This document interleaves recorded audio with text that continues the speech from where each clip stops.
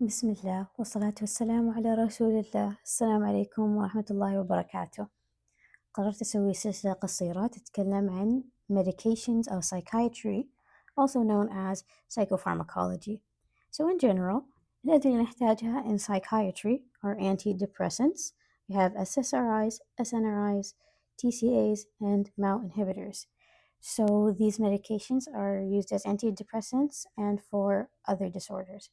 Next, we have antipsychotics, typical and atypical, mood stabilizers and anticonvulsants, so mainly used for bipolar disorder, lithium, carbamazepine, and valproic acid. We also have psychostimulants used in conditions like ADHD, so methylphenidate and amphetamine. Also, anxiolytics and hypnotics for sleep disorders, benzodiazepines, non-benzodiazepine, anxiolytics and hypnotics. And lastly, at number 6, we have cognitive enhancers for cases like Alzheimer's, so acetylcholine esterase inhibitors, NMDA receptor antagonists. لهذه المحاضرة راح أركز على antidepressants، فإن شاء الله تفيدكم ويلا نبدأ. So antidepressants, as we said, we have mainly 4 antidepressants, and we'll mention some atypical ones by the end of the lecture. So the 4 are selective serotonin reuptake inhibitors, selective serotonin norepinephrine reuptake inhibitors, tricyclic and tetracyclics antidepressants, TCAs, and lastly, monoamine oxidase inhibitors. So يجي عليها أسئلة كثير في الاختبار. So first, let's see what monoamines are.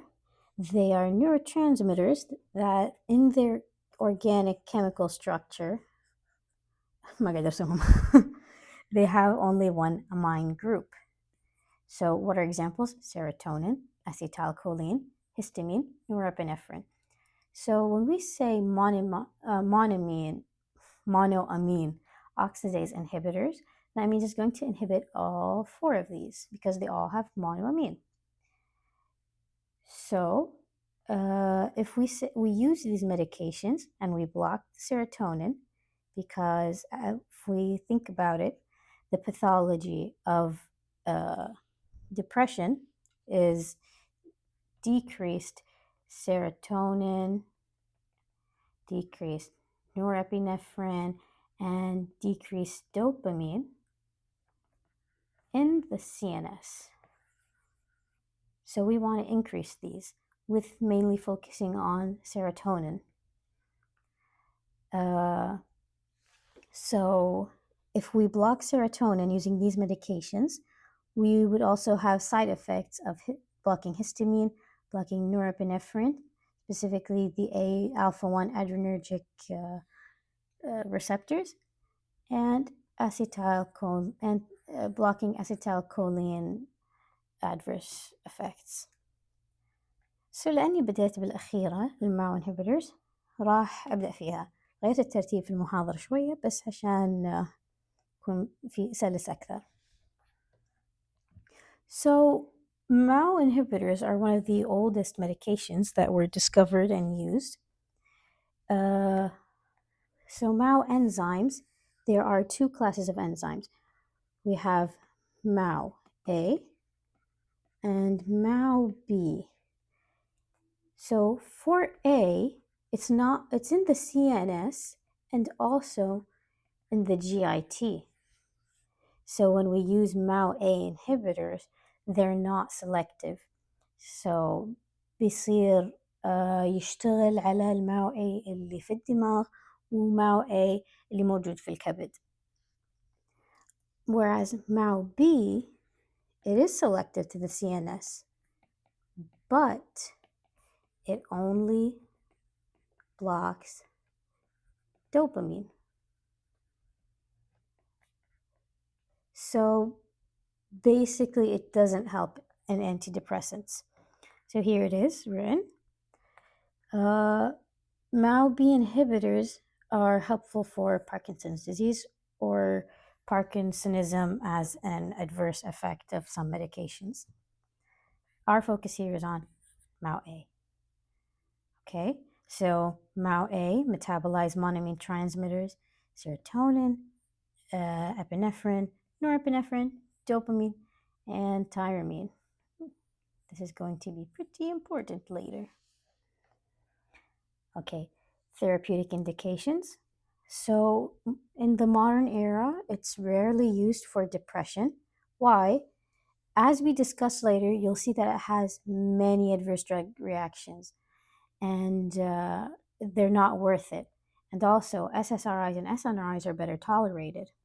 So we use MAO inhibitors as a last resort. Okay. It's also used in anxiety disorders like panic disorder, eating disorders, and PTSD.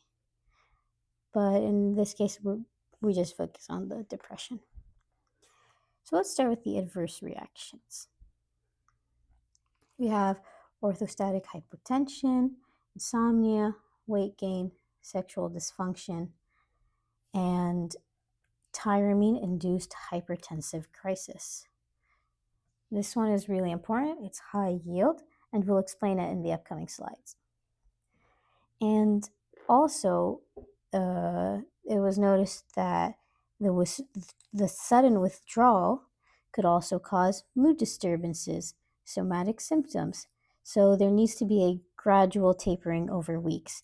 And you notice this as a pattern in a lot of these antidepressants, because working with serotonin is a bit dangerous. And lastly, there's an important one, which wasn't in the slides, which is serotonin syndrome, which I'll be explaining also. Okay. Tyramine-induced hypertensive crisis. So what is tyramine? Tyramine is one of the monoamines that we mentioned previously. What foods contain them? So we have an old cheese, cured meats, and fish, mortadella sausages, and red wine. So how does the tyramine-induced hypertensive crisis occur? We said that MAOA is present in the GIT, specifically in the liver. So the liver contains MAOA, which breaks down tyramine. So tyramine is a sympathomimetic, so it mimics the effect of norepinephrine on the body. And MAO-A inhibitors, they also increase norepinephrine. يعني عندنا شيء يزيد الهايبرتنشن اللي هو التايرمين، وعندنا شيء ثاني يزيد الهايبرتنشن اللي هو النورابinephrine. فصار عندنا hypertension ضرب 2 ويصير suddenly. So they will work synergistically and cause the severe hypertension known as the hypertensive crisis. Okay. And we said we also have serotonin syndrome. So serotonin syndrome occurs when there is elevated serotonin in the body. So what are the signs of serotonin syndrome? It's a classic triad of 3 A's. We have mental status changes, which are A, agitation, restlessness, and disorientation. We also have autonomic hyperactivity. So what could we expect? Increased heart rate, increased sweating, increased body temperature, and lastly, neuromuscular excitation. So what happens when there's neuromuscular excitation? We can expect increased reflexes, tremors, clonus, all of these. So the treatment is cyproheptadine, which is a serotonin antagonist. Cyproheptadine. Later in the slides, you'll see more symptomatic treatments. Okay, so serotonin syndrome occurs when there is interaction between two medications that increase serotonin and the serotonin that's increased خرج عن الحد الطبيعي يعني خلاص صرنا ما نقدر نتحكم فيه. So to avoid this, when switching between medications like MAO inhibitors and SSRIs, so هذول اثنينهم يرفعون عندنا السيروتونين، وإحنا نبغى نتفادى إننا نسبب serotonin syndrome اللي تسوي لنا mental status changes, autonomic hyperactivity, neuromuscular hyperactivity. بنتفاداها. So always wait for 2 weeks before switching. Discontinue the medication for 2 weeks to allow for washout, then switch, whether you want from MAO inhibitors to SSRIs or from SSRIs to MAO inhibitors. Unless you're using fluoxetine, which we'll see later, has a longer half-life.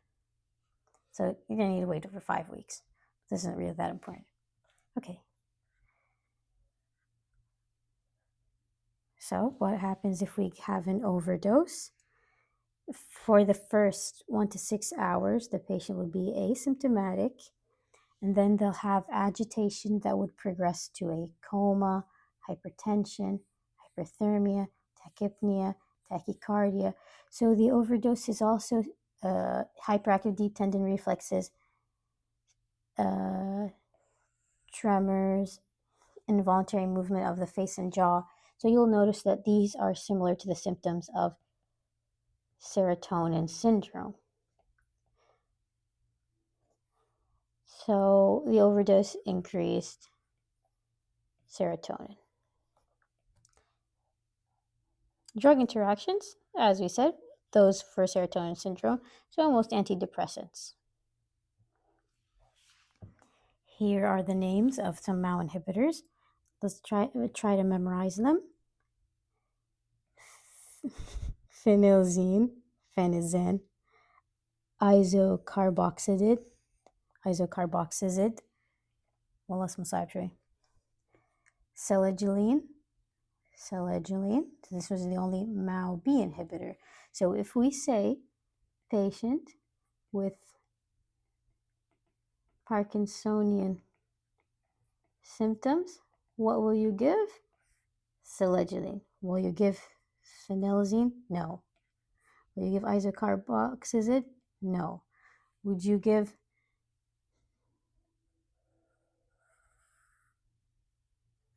oh wait, sorry. My bad. I meant this one. Selegiline. Okay. Would you give tranylcypromine? No. Okay. So these are the MAO inhibitors. This is mainly what's important. What you should focus on are the adverse drug reactions. So now we go on to TCAs, the next medications, tricyclics and tetracyclics. So these are one of the earliest discovered antidepressants. They are very old. They block the transporter site for norepinephrine and serotonin. So they work on norepinephrine and serotonin.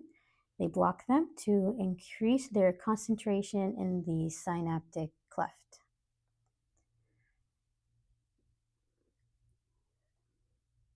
Okay, they're considered broad spectrum drugs. So as you notice, the two old drugs are not very selective. So just like MAO inhibitors, will have a lot of adverse drug reactions. So secondary effects would be like antimuscarinic effects, antihistamine effects, and antiadrenergic effects. Therapeutic indications: antidepressant, major depressive disorder, panic disorder, OCD, like clomipramine. So OCD, clomipramine. Pain, عندنا مثلا chronic pain or migraine prevention, we use amitriptyline. Pain, amitriptyline. These are some extras that I don't think they're very important, but it also treats diabetic and peripheral neuropathy, amitriptyline again, and diazepamine, and insomnia is treated by doxepin. On to the adverse reactions, which are also important. So the psychiatric effects that we could see would be,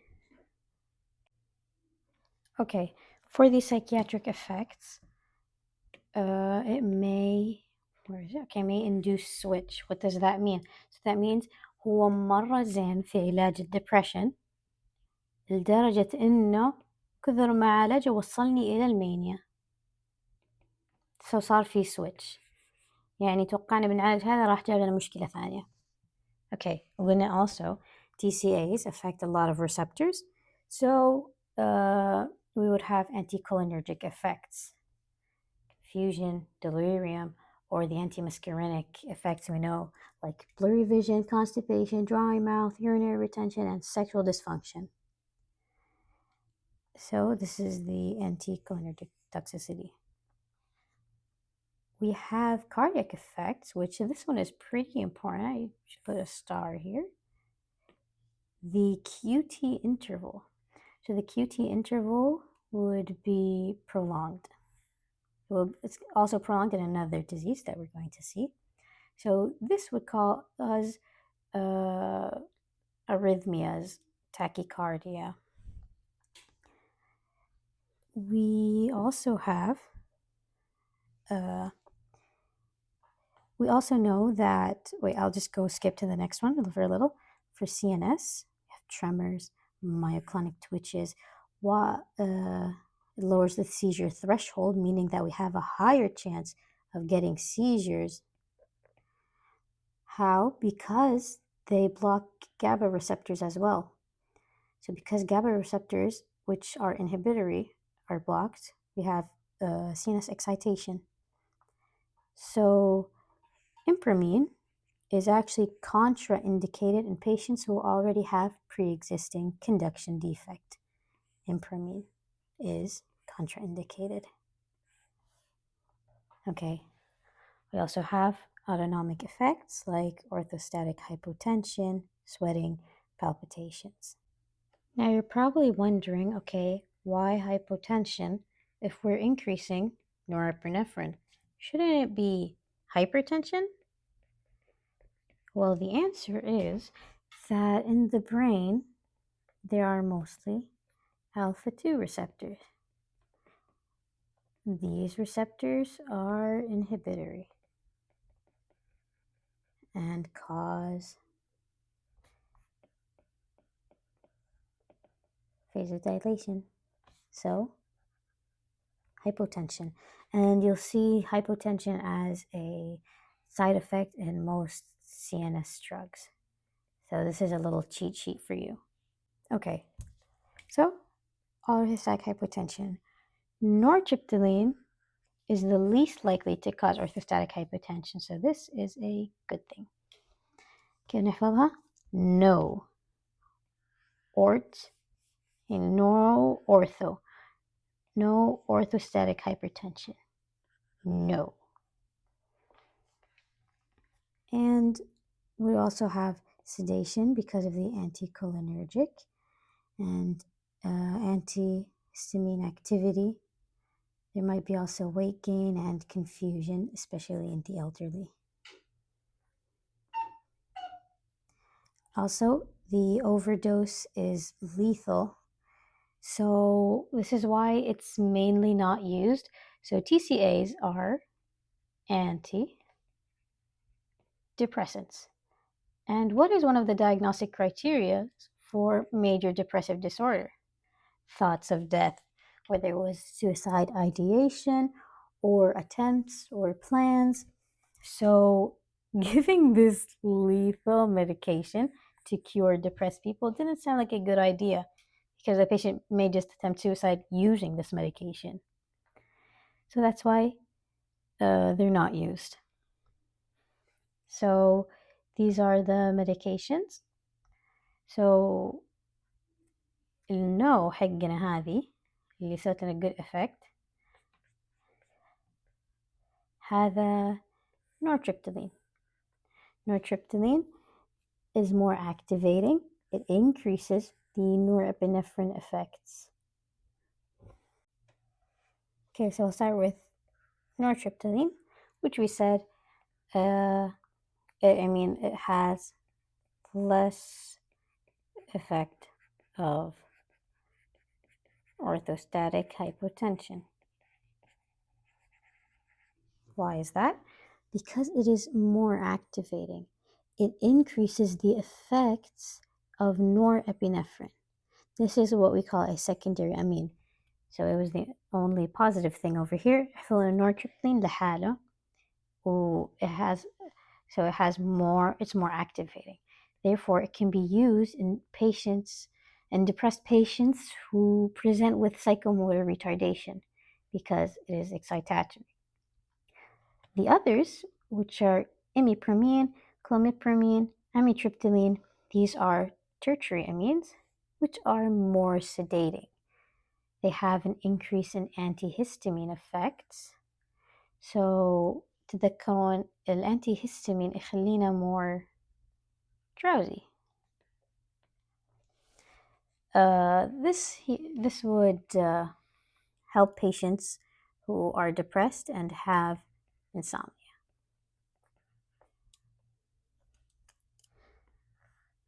There is another medication that helps with insomnia that is more used clinically. I'll mention it in a few slides. Okay, now we have selective serotonin reuptake inhibitors, SSRIs. These are what are used most. They're the most popular class, and they treat multiple diseases. These are fluoxetine, sertraline, paroxetine, citalopram, escitalopram, and fluvoxamine. So remember, قلنا fluoxetine في يوم نتكلم عن serotonin syndrome إنه it has the longest half-life. الحين بنشوف باقي التفاصيل. So the pharmacokinetics is that SSRIs, when taken orally, they are absorbed rather quickly. They take 3 to 8 hours to reach the blood, but to see their clinical effect, you'll need to wait for 4 to 8 weeks. This is pretty important. So if a patient comes to you after 3 weeks and they're like, my medications aren't helping, I don't feel any better, you should tell them that they need to wait a bit longer until the clinical effects appear. SSRIs are metabolized by the liver, specifically CYP450 enzymes, meaning that before we administer them, we need to do a liver function test. What did I write? We need to do an LFT. Okay, so how does it work? It prevents serotonin reuptake from its name, and it may have a little effect on norepinephrine and dopamine, but they're selective serotonin reuptake inhibitors. Okay, therapeutic indications for many diseases. We have depression, anxiety disorders, specifically generalized anxiety disorder, first line, panic disorder, and OCD. It's also used for PTSD, bulimia nervosa, and other eating disorders. So precautions and adverse reactions. Let's look at this one a little first. So in general, when you start SSRIs, you'll have non-specific side effects that will begin initially, but after 3 weeks, they would subside. So خلاص تخف. These are headaches, insomnia, GI uptake, and drowsiness. Then there might be more dangerous effects, although they are a bit more rare. So a syndrome of inappropriate antidiuretic hormone, hyponatremia, so في fluid retention over here. QT prolongation زي ايش تتذكرون؟ زي TCAs كان QT prolongation. And also serotonin syndrome. So we said these are seen in any medications that increase serotonin. And most commonly, which most questions might come on, are sexual dysfunction. It's most common in men and women. So here, it occurs in 50 to 80%, which is characterized by either decreased libido, anorgasmia, or delayed ejaculation, which actually, in men who have premature ejaculation, they may use SSRIs to treat that. Okay. We also have the gastrointestinal adverse effects, which we said initially that they are more vague. Nausea, diarrhea, anorexia, which is loss of appetite, vomiting, flatulence, dyspepsia. Which medications produce the most intense GI symptoms? Sertraline and fluvoxamine. كنت حاول أفكر بربط صراحة بس ما جا شي في بالي. السر في الأكل. فوفو مدري والله. Sertraline and fluvoxamine. They cause most intense GI symptoms. We have cardiovascular effects. So cardiovascular effects seen in citalopram, C, which specifically is the QT interval prolongation, which would cause arrhythmias such as tachycardia and syncope.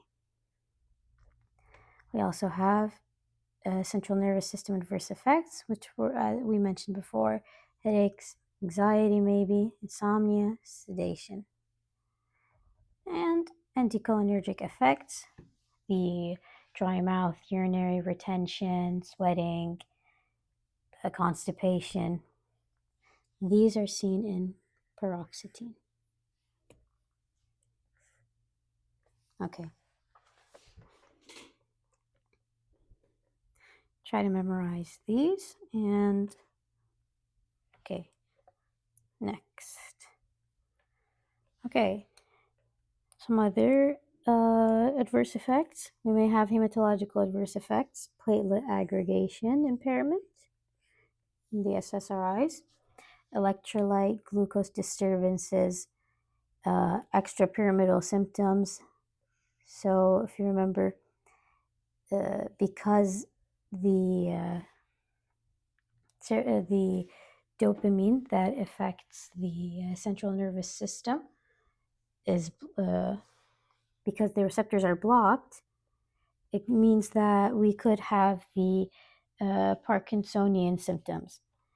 So the shuffling gait, rigidity, tremors at rest, akathisia, tardive dyskinesia, which are the smacking movements with the lips, chewing movements.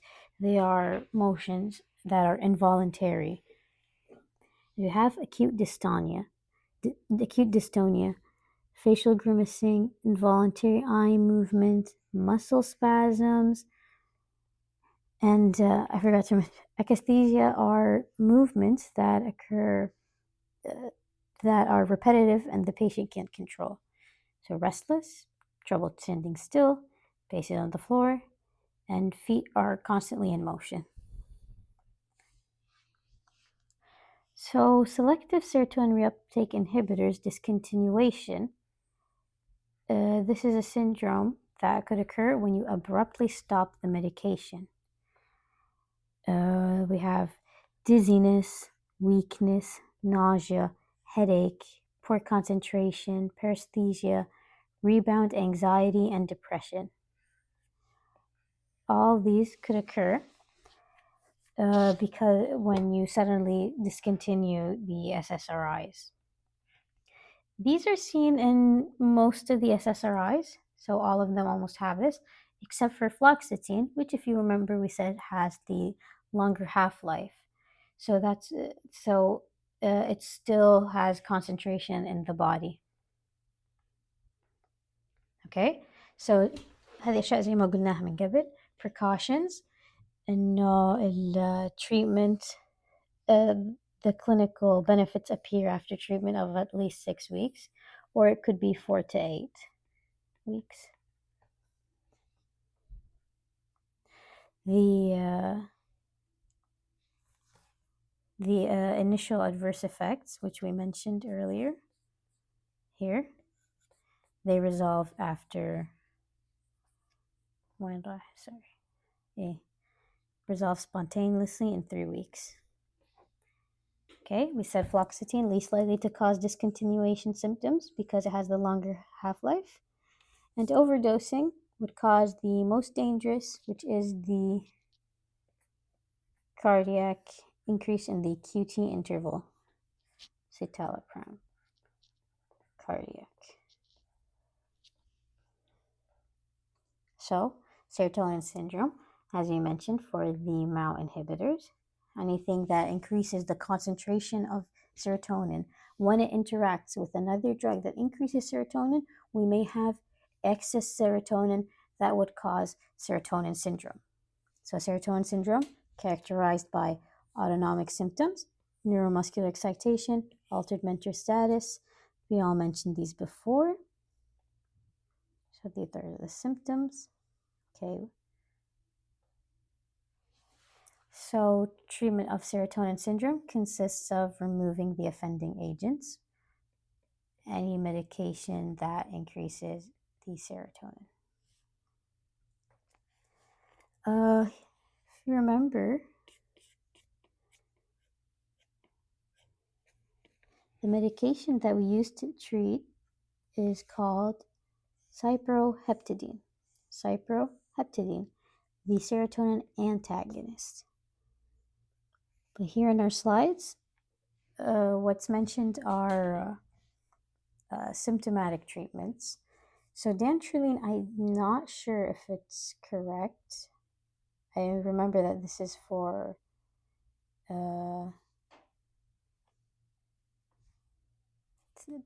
malignant، نسيت والله، بس هو ما يعني ما له دور في serotonin syndrome يعني حسب علمي. Okay, so we can use benzodiazepines because they're sedative. They would help control the agitation, tremors, and seizures. We also have anticonvulsants. They're also for seizures in case they weren't controlled by benzodiazepines. And then a mechanic ventilation because عندنا muscle rigidity ممكن it causes laryngeal spasms ومشاكل ثانية. So we want to ensure airway protection and adequate ventilation. And also you have hyperthermia, which could make it also difficult to breathe. And طبعا altered mental status, meaning we need to increase the oxygenation. Also, paralyzing agents for hyperthermia and rigidity. We want to paralyze it. طيب هذه هي SSRIs: fluoxetine, sertraline, paroxetine, fluvoxamine, citalopram, escitalopram. إيش قلنا عن fluoxetine؟ هذا عنده longest half-life. So عنده less effect of the sudden discontinuation. Sertraline قلنا عنده the most GI upset. Paroxetine والله صراحة ما أتذكر. Paroxetine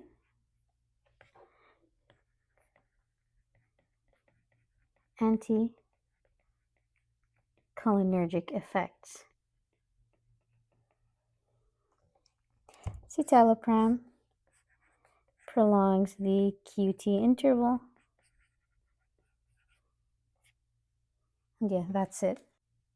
Now we have the SNRIs, Selective serotonin norepinephrine reuptake inhibitors venlafaxine يبون حرف الإكس ديزفينيلا اللي هم إكس ميلانوسيبران وهذا. Okay, so the therapeutic indication, very similar to SSRIs, so depression, anxiety disorders like GAD, but instead of OCD here we have social anxiety and chronic pain syndrome. Adverse effects, we would have decreased libido and delay to orgasm or ejaculation, similar to the SSRIs. Headache, insomnia or somnolence, dry mouth. Dizziness, constipation, sweating, nervousness, sustained elevation in blood pressure. This is because we have increased norepinephrine.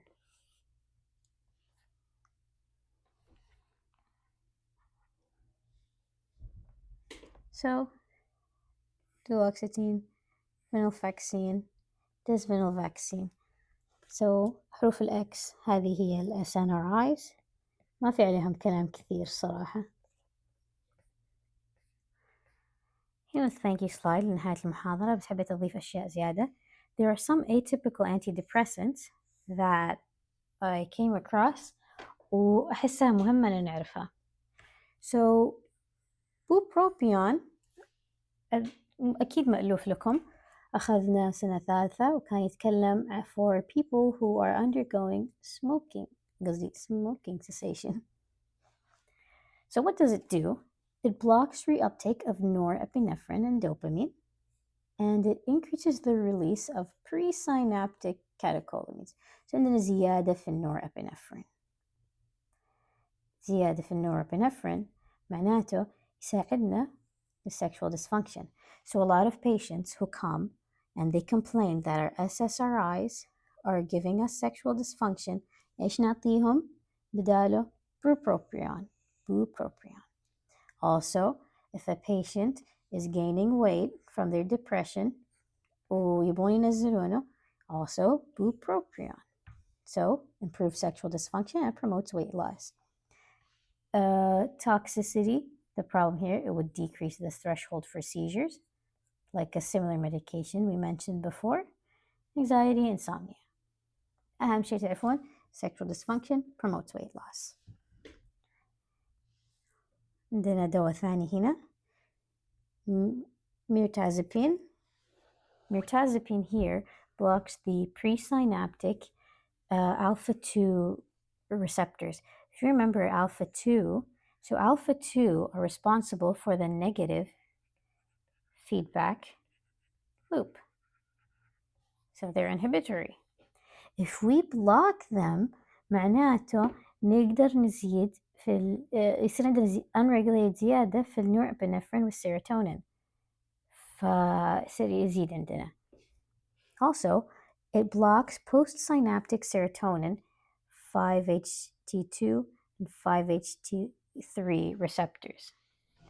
So يصير هذول postsynaptic.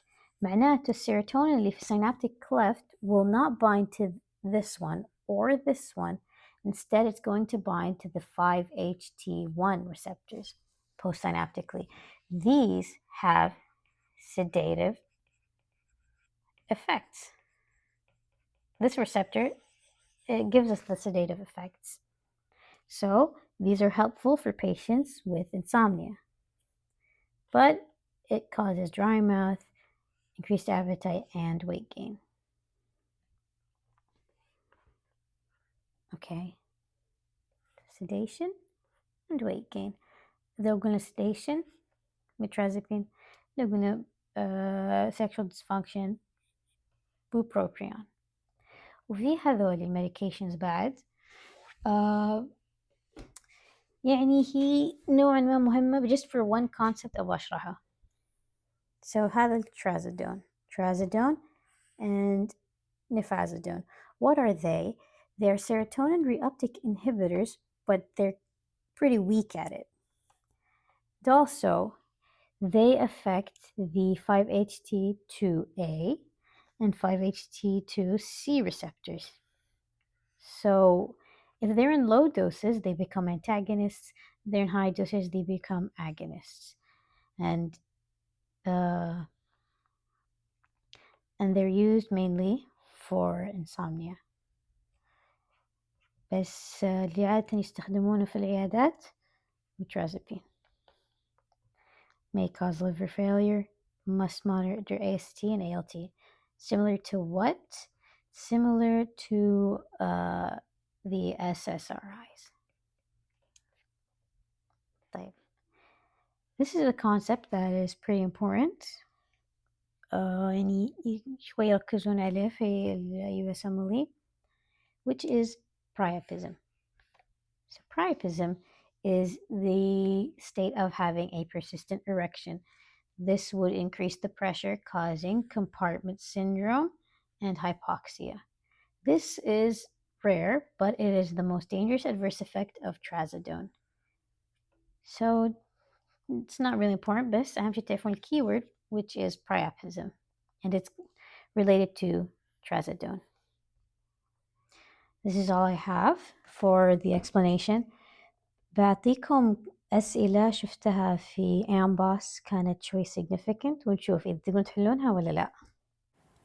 Okay, so قبل ما أعرض عليكم الأسئلة اللي من أمباس بس بذكر إنه المفيد لنا في الاختبارات هو عادة إننا نميز بين الدراج كلاسز ونحفظ مثال عليه.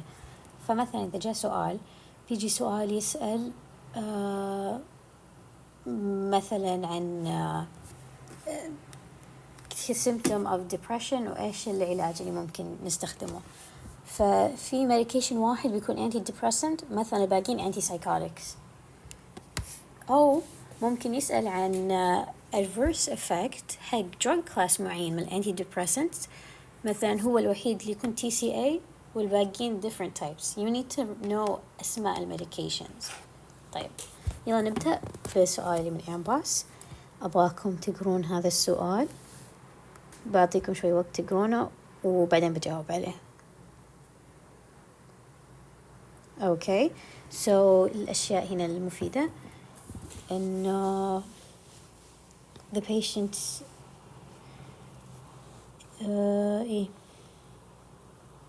patient appears anxious. Mr. Della. طيب, he has continuously gained weight despite the initiation of sertraline. Patient, which medication promotes weight loss? We know here that it's bupropion. طيب, هذا ما نذكر في المحاضرات لكن you can try to solve it. حبيت أضيفه لأنه هنا we have a 10-year-old boy suffering from major depressive disorder. So in children we use fluoxetine. Okay, next question. You can pause if you want to solve it yourself. طيب. Which of the following strategies is most appropriate in treating the symptoms of sexual dysfunction? So, even though she's a woman, لا يلهيكم, you need to add bupropion. طيب. 42-year-old woman, you can solve the question if you want. Okay. So the patient here has MDD and she has a desire to gain weight. Which medication's side effect is weight gain? We said that it was metrazapine. Okay, اللي بعده. You can pause if you want to solve. So, patient here has difficulty falling asleep for the past 2 weeks, shows symptoms of major depressive disorder. Which medication helps in sleep? Metrazapine.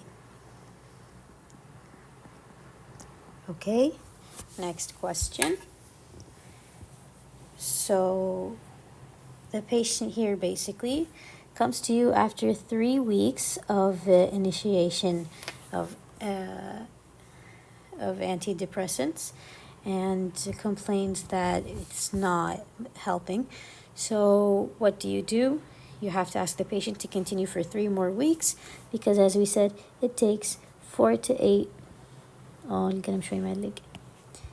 It takes 4 to 8 weeks for the clinical effects of antidepressants to show.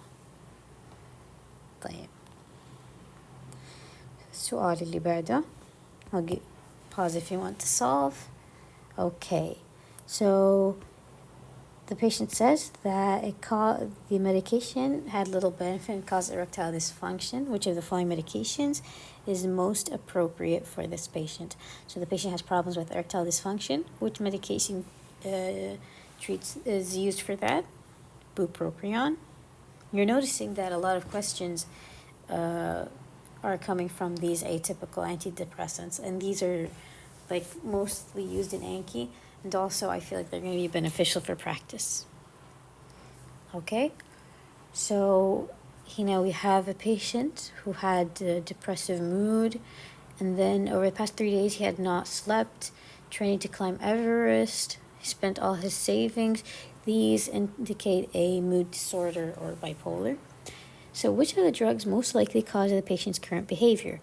Since the patient was initially depressed, it means they were using a medication that caused them to become manic. So there was a switch that occurred. Oh, القلم لسه معلق.